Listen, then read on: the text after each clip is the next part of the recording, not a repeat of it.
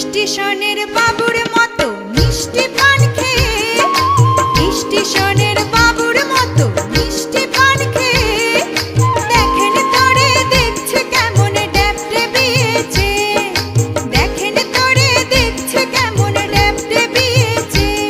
আমি তাই তো বলি চুল বেঁধে সাজ, আমি তাই তো বলি চুল বেঁধে সাজ হলুদ রাঙা শাড়িতে।